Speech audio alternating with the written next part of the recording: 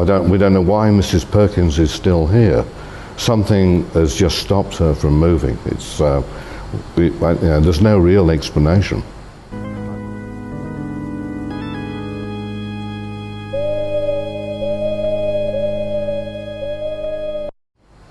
I've just felt presences. I've not actually seen a ghost, but I've been in places where people have been murdered, and I have felt cold spots in the room, things you can't, and it's eerie. I've always believed there is something there that you can't comprehend. And some people believe in ghosts, others don't. We do have 50 ghosts in Toowoomba that have all been seen by various people. But people have said they've seen a ghost out at the cemetery, for instance, where there are 3 ghosts wandering around the cemetery, and they claim to have seen them. I haven't seen them, but I've written about them. There's a repertory theatre in Toowoomba where the actors never put their feet on the 3rd step going down off the stage. If they do, they'll be grabbed by a hand that comes out, and it's the Aboriginal girl who hanged herself there in the building when it was part of the women's prison, the Reformatory. Mrs. Perkins has been seen at night upstairs with the light on when all the lights have been switched off. And she's probably our most famous ghost. Windows that have been locked are found open in the morning, and doors that are locked upstairs have been found open again. So she appears in white at the window. She's also appeared on the platform. And we don't know when Mrs. Perkins is going to disappear. So Mrs. Perkins lived across the road at the brewery, which is where the Grand Central shopping centre is today, and she came across the railway station.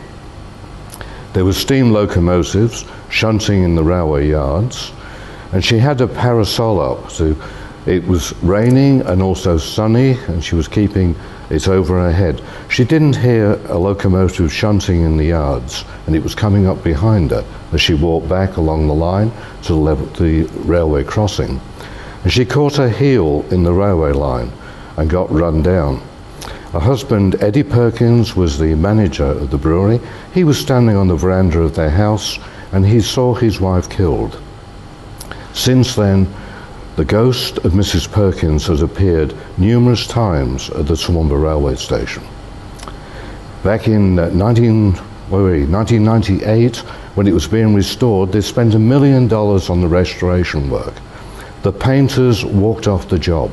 They were working on the scaffolding. They said they felt the fingers, the touch of a woman on the back of their necks. They refused to go back, and they had to re-advertise the job, to repaint and restore Toowoomba Station. And possibly the other famous ghost is the one at St Vincent's Hospital, the lady in grey. She's been seen by the nursing staff, and we've had phone calls from the staff in the surgical ward to say the grey nurse, or they call her the grey nun, has been at it again. She delivers bedpans to patients when there's no one else in the ward. She adjusts drips on people's arms when nobody knows who did it, and time after time the patient would say, "It's a lady in grey who came and stood over the bed." And she's the famous nun at St Vincent's Hospital, and was recorded 12 months ago. She's still there. It's at 5:30 in the morning. If you go down Ruthven Street, you can see the man on fire running from the college down through the school grounds. It was a pensioner who came out of his cottage and saw 3 kids lighting a fire in the paddock. He ran across the paddock, tried to put it out. His trousers caught fire. He didn't roll on the ground like you would today.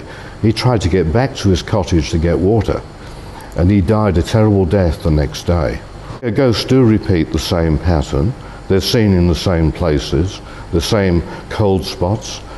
At Ascot House, which is a haunted house, the little girl who took strychnine and poisoned herself because she became pregnant. She was a housemaid, and I've been in her room, and it's eerie and cold, and seeing her little iron bed, and you feel better when you walk out of the house than when you walk in. It's responsible people are seeing these images, and who are we to disbelieve them? When you write a story about ghosts, you've got to make sure that more than one person has seen it.